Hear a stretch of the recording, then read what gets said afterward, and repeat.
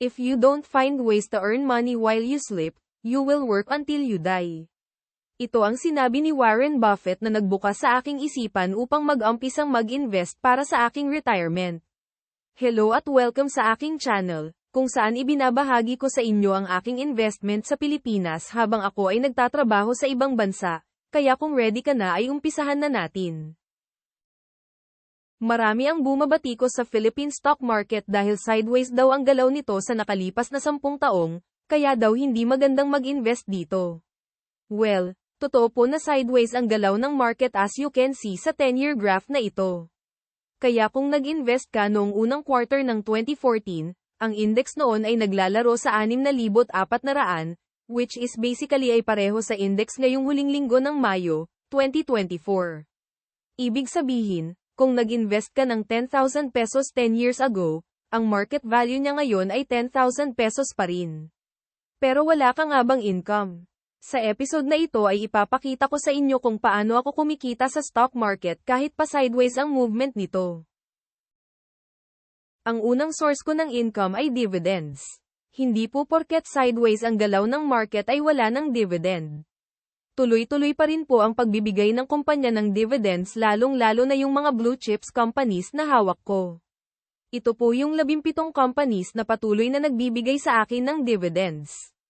Andres Soriano Holdings, Aboitiz Power, A-REIT, C-REIT, San Miguel Foods and Beverages, First Gen Corporation, Globe Telecom, GMA7, Ginebra San Miguel, All Home Corporation, Lucio Tan Group, Maxis Restaurant, Metrobank, Pure Gold Corporation, Philippine Savings Bank, Security Bank, at PLDT.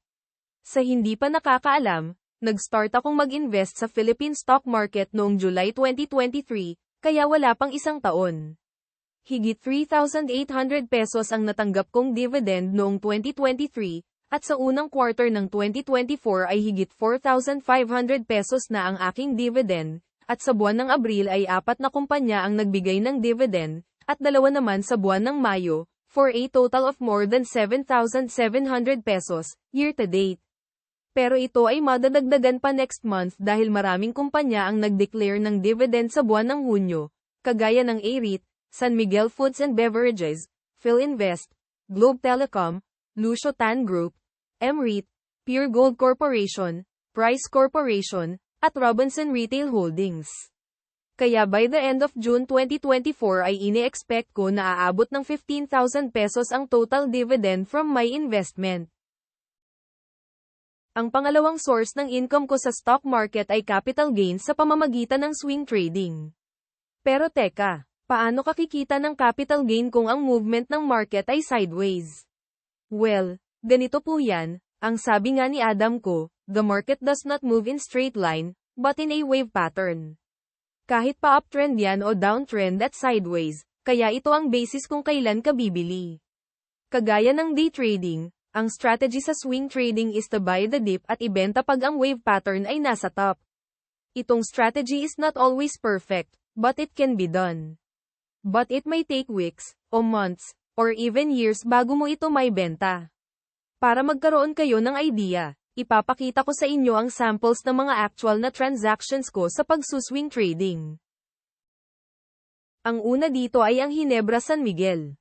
Ang kumpanyang ito has been undervalued since last year pero mas lalong bumaba ang price niya early this year kaya noong February 26 ay bumili ako ng 30 shares at 158.5 pesos per share. Noong April 29 naman ay napansin ko na ang price ay pataas na ang trend kaya bumili ako ng additional na 40 shares at 161.4 pesos per share, at mula noon ay nag-fly to the moon ang price ng Ginebra San Miguel, kaya noong ika-23 ng Mayo ay bininta ko yung 70 shares na hawak ko sa halagang 212 pesos per share at kumita ako ng halos 3,500 pesos in just a span of 3 months. Ang pangalawa ay China Bank. Sa table na ito na aking ginawa last year as part of my year-end report, makikita nyo na meron akong hawak na 1,000 shares ng China Bank at an average cost of 30.3 pesos per share. Ito ay binili ko noong October 26 noong nakaraang taon. Matagal ding undervalued ang price ng bangkong ito, pero noong Enero ng taong ito ay nag-start mag-wave up ang kanyang price.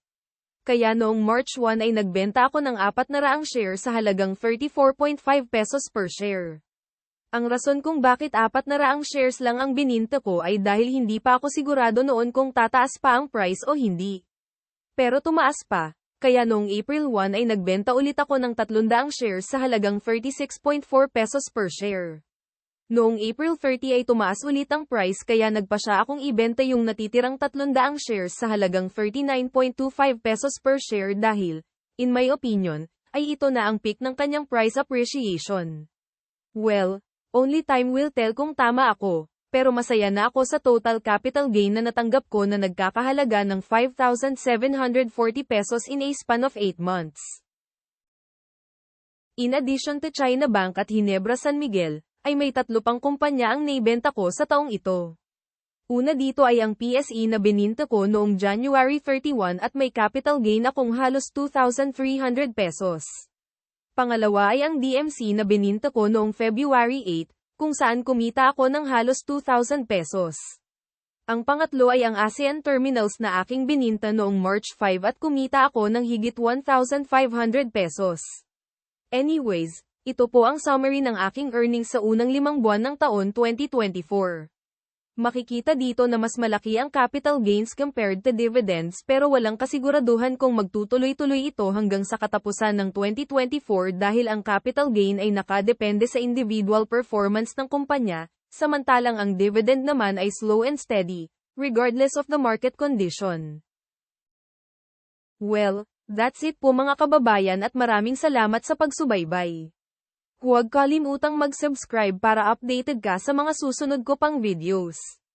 Again, maraming salamat at mabuhay tayong lahat. Adios.